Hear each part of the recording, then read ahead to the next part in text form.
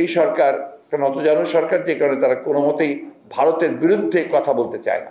ফেনী নদী থেকে একতরফা পানি তুলে নিয়ে চলে যাচ্ছে, সরকার শব্দটা পর্যন্ত করে না। সীমান্তে গুলি করে হত্যা, এটা এখনকার বিশ্বে কোথাও দেখা যাবে না। পানি আমাদের রাইট।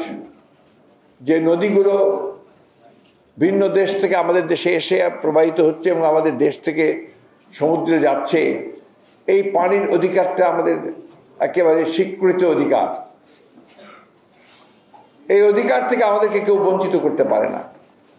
কিন্তু দুর্ভাগ্যজনক হলো সত্য যে আমাদের প্রতিবেশী দেশ, যারা আমাদের বন্ধু দেশ হিসাবে অত্যন্ত ঘনিষ্ঠ বলে আমরা সবাই মনে করি, সেই দেশ আমাদেরকে সেই পানির ন্যায্য হিস্সা যেটা আমরা পাই সেটা থেকে কিন্তু আমাদের ক্রমাগত বঞ্চিত করে আসছে। প্রথম বঞ্চিত করেছে, যেটা নিয়ে মওলানা আব্দুল হামিদ খান ভাসানী তীব্র আন্দোলন করেছিলেন এবং ফারাক্কার অর্থাৎ গঙ্গা নদীর পানি নিয়ে ফারাক্কা ব্যারেজ করে সেই ফারাক্কা মুভমেন্ট করেছিলেন আমাদের মওলানা আব্দুল হামিদ খান ভাসানী সাহেব।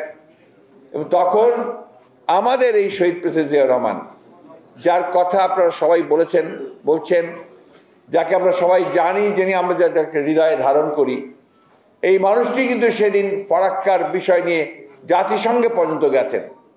এবং শুধু তাই নয়, তিনি ভারতের প্রধানমন্ত্রী মোরারজি দেশাইকে তিনি সেদিন কনভিন্স করতে সক্ষম করে হয়েছিলেন যে অন্তত 44,000 কিউসেক পানির তাকে দিতে হবে এবং একটা গ্যারান্টি ক্লজ তিনি সেখানে সংযোজন করেছিলেন, যেটা অন্য কোনো সময় কোনো চুক্তিতে করা সম্ভব হয়নি।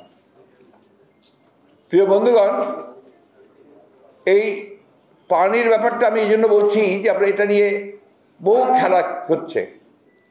আমরা এই সরকার ক্ষমতায় আসার পরেই শুনলাম যে আমাদের আরেকটি নদী, যে নদীটা সব খুব বড় নদী এবং যেখানকার পানি নিয়ে আমাদের প্রচুর সমস্যা, তিস্তা, সেই পানির বন্টন একটা চুক্তি হবে ভারতের সঙ্গে।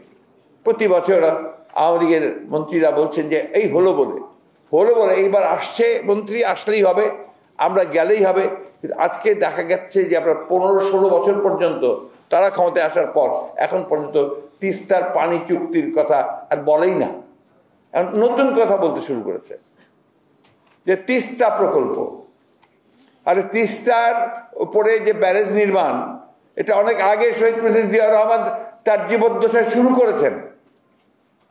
পরই ধারাবাহিকতার পরের দিকে তিস্তা নদীতে ব্যারেজ হয়েছে, বাঁধ হয়েছে এবং খালগুলো আপনার এখন অনেকগুলো কাজে দেয়।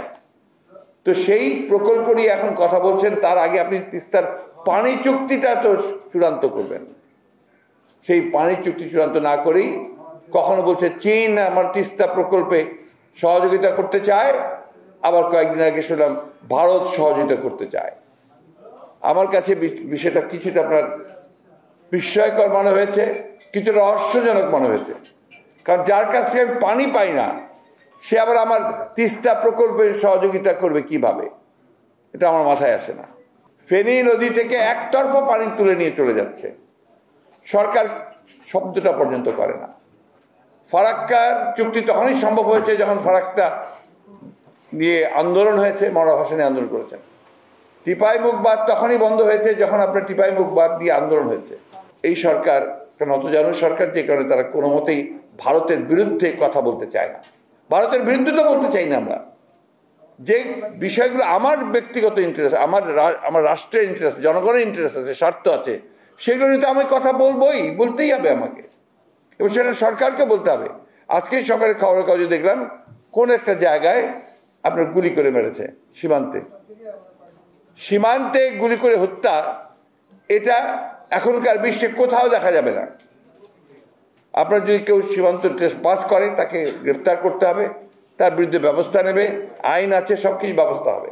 কিন্তু তারা ক্রমাগতভাবে কিন্তু এই হত্যা করে যাচ্ছে এবং সেটা সীমান্তে এই হত্যা চলছেই।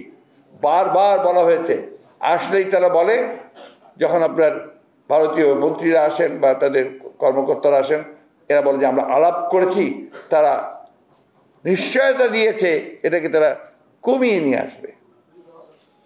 কিন্তু এখন পর্যন্ত দেখা যাচ্ছে যে কমিয়ে নিয়ে তো দূরের কথা, এখন ভেতরে ঢুকে গুলি করছে। এই বিষয়টা সরকারের যে দুর্বলতা, তার যে আপনার মানে নিজের পায়ের উপরে দাঁড়ানোর যে সক্ষমতা নেই, সেই কারণেই এই বিষয়গুলো ঘটছে।